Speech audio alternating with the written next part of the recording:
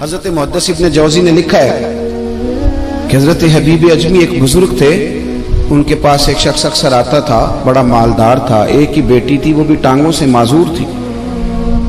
تو آپ اکثر اس کو کہتے کہ تو توبہ کر، اللہ کی بارگاہ میں رجوع کر۔ ایک وقت ایسا آتا ہے کہ پھر انسان کا جب کوئی اپنا نہیں رہتا پھر اسے مصلی یاد آتا ہے، لیکن اگر مصلی کی عادت بچپن سے پڑ جائے نا تو پھر ذرا آسان ہوتا ہے اللہ سے دل لگانا۔ وہ اکثر آپ اس کو کہتے کہ ٹھیک ہو جائے، کہ تو بیٹی ہے، وہ بھی بیچاری معذور ہے، تو کہاں دولت لے جائے۔ آج کرتا ہوں، ہم تاریخیں دیتے رہتے ہیں نا اللہ تعالیٰ کو معاذ اللہ کہ رمضان سے میں نے نیک ہو جانا ہے، عمرہ کر کے آؤں گا تو پھر میں پکا نمازی ہوں۔ خدا کے بندو، کس نے تجھے بتایا کہ رمضان تک تو زندہ رہے گا؟ کس نے خبر کی کہ عمرہ کرنے تک تو بچے گا؟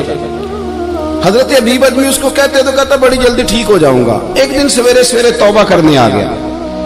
آپ نے فرمایا کیا ہوا؟ تو کہنے لگا حضرت جی کل ایک 15 سال کا نوجوان ملا ہے اور مجھے توبہ کرا گیا۔ مزہ ہی اس عمر میں اللہ اللہ کرنے کا، نبی کریم سے محبت بھی کرنی ہو تو یہی عمر ہے۔ عشق لگا سی کھیڈاں کھیڈ دینوں تے پھر مینوں کھیڈاں بھول گئیاں، کجل پایا سی میں یار دے ویکھنے نوں، پھر او دی یاد وچ روندیاں ہی ڈل گئیاں۔ حیدر شاہ اس گلی کدے نہ رول دی، پر ہن تے رول دی رول گئیاں۔ جن لوگوں نے ابو جال کو قتل کیا تھا ان کی عمر بھی 15 سال تھی۔ ہم تو بڑے ہی نہیں نہ ہوتے ساری زندگی، نہ ہمیں کو بڑا ہونے دیتا ہے، ہم بڑے ہی نہیں ہوتے، یہی تو عمر ہے کچھ کر گزرنے کی۔ 15 سال کا نوجوان توبہ کرا گیا تو حضرت حبیب اجمی کہنے لگے وہ کیسے؟ کہنے لگا حضرت جی میں کل منڈی گیا تھا، مجھے کچھ سامان خریدنا تھا، تو بغداد کے بازار سے میں نے مچھلی خرید لی 10 کلو، باقی بھی سامان تب خود لے جا نہیں سکتا تھا۔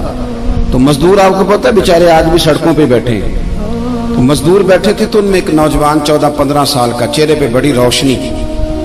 میں نے اس کو کہا بیٹے مزدوری کرو گے؟ کہنے لگا حضور مزدوری بھی کرتا ہوں، پڑھائی بھی کرتا ہوں، اور جو اللہ کو منظور ہو اس کی عبادت بھی کرتا ہوں۔ میں نے اسے کہا کہ یہ میرا سامان ہے فلان جگہ پہنچانا، کیا لوگے؟ کہنے لگا 3 دینار مزدوری۔ سودا طے ہو گیا، اس نے سامان اٹھا لیا۔ کہتے ہیں رستے میں ظہر کا وقت ہو گیا، کہنے لگا چچا اگر اجازت ہو تو نماز پڑھ دوں۔ 15 سال کا جواب۔ کہتے میں رکھ کے نا وہاں سامان تو پھٹے پہ بیٹھ گیا، وہ نماز پڑھنے چلا گیا، باقی لوگ دیر سے آئے، وہ بچہ جلدی آ گیا۔ میں نے کہا بیٹے آپ جلدی آ گئے؟ کہنے لگے نفل چھوڑ دیے، آپ یہی نہ سمجھ لیں کہ کام چور ہے، میں بعد میں پڑھ لوں گا۔ کہتے ہیں وہ دوپہر کا وقت، رمضان بھی نہیں تھا، میں اس بچے کو نوجوان کو گھر لے گیا اور میں نے اپنی بیوی سے کہا کہ بڑا نیک ہے، نمازی ہے، اور راستے میں یہ بھی ہوا ہے کہ میں نے اسے ایک دفعہ کہا ہے کہ یہ مجھے تھوڑی دیر کے لیے دے دو، گرمی بڑی ہے، تمہیں پسینہ آ رہا ہے، میں اٹھا لیتا ہوں۔ کہنے لگا نہیں چچا میں رزق حلال کھاتا ہوں، اگر آپ اٹھائیں گے تو میں 3 دینار مزدوری پوری نہیں لوں گا، پھر پیسے کم کروں گا، میں نے طے کیا ہے کہ اٹھاؤں گا۔ تو کہتے ہیں میں نے اپنی بیوی کو بتایا تو بڑی متاثر ہوئی، کہنے لگی دوپہر کا کھانا پک گیا، اسے کو روٹی کھا لے، رمضان بھی نہیں تھا۔ کہتے میں باہر نکلا، اس کو 3 دینار تھمائے، تو میں نے کہا بیٹے ایک بات میری مانو گے؟ کہنے لگا بتائیے۔ میں نے کہا کھانا پکائے کھا لو۔ کہنے لگا میں معافی چاہتا ہوں، میں نے روزہ رکھا ہوا ہے۔ حضور نے حکم دیا، حکم نبی کریم نے حکم دیا، بخاری مسلم کی حدیث ہے، فرمایا نوجوانوں اگر تمہارے پاس طاقت ہے تو نکاح کر لو ورنہ روزے رکھو۔ حکم دیا، یا نکاح اور یا روزے، یہ سرکار کا حکم ہے۔ بھائی نفلی روزہ نفس کی قوتوں کو کچلتا ہے، انسان میں نورانیت اور روحانیت لاتا ہے۔ کہتے وہ کہنے لگا میں نے روزہ رکھا ہے، میں اور متاثر ہو گیا۔ میں نے کہا اب کیا کرو گے؟ کہیں اور جانا ہے؟ کہنے لگا نہیں، میں جس دن 3 دینار کما لیتا ہوں پھر میں مزید لالچ نہیں کرتا، باقی وقت یا قرآن مجید پڑھتا رہتا ہوں یا نبی پاک پہ درود شریف پڑھتا رہتا ہوں۔ آپ بتائیں؟ تو میں نے کہا کہ افطار میرے ساتھ کر لو۔ کہتے ہیں میں اسے مسجد چھوڑ آیا اور خود میں لوٹ آیا۔ افطار کے بعد میں اسے لایا، کھانا کھلایا، عشاء پڑھی، اس کا گھر دور تھا، میں نے ڈرائنگ روم کھول دیا، بیٹھک کھول دی، وہیں وہ سو گیا۔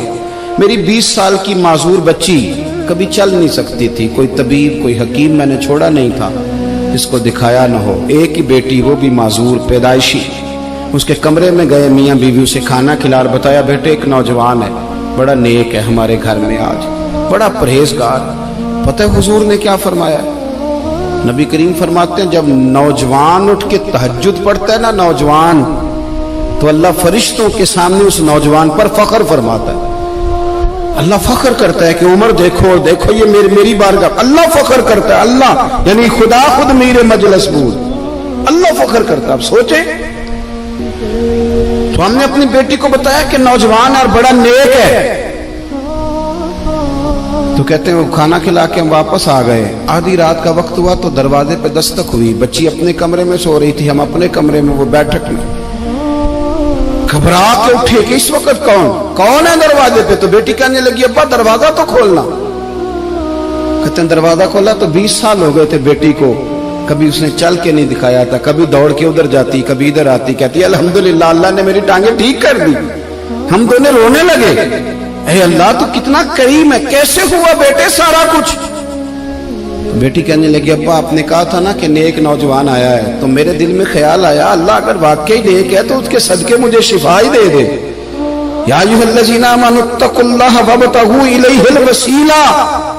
تو کہنے لگی ابھی میری دعا بھی پوری نہیں ہوئی تو رب کریم نے فضل کیا ہے اور مجھے شفا عطا کر دی. کہتے ہم دوڑ کے اس کے کمرے میں گئے, اور جب ہم نے ہاتھ رکھا تو دروازہ پہلے سے کھلا تھا, ایک خط چھوڑ گیا تھا. آج کل کے پیر کی کرامت ہوتی تو فیس بک پہ دے دیتا, باقیوں کو بھی ذرا بھول پتہ چلے. کہتے ہیں وہ خط چھوڑ گیا اپنے بستر پہ کہ اگر تم لوگوں کو مجھ سے محبت ہو گئی ہے تو میرے پیچھے نہ دوڑنا, اس رب کی بارگاہ میں جھکنا جس رب نے میرے اوپر بھی فضل فرمایا ہے اور آپ پر بھی کرم فرمایا ہے.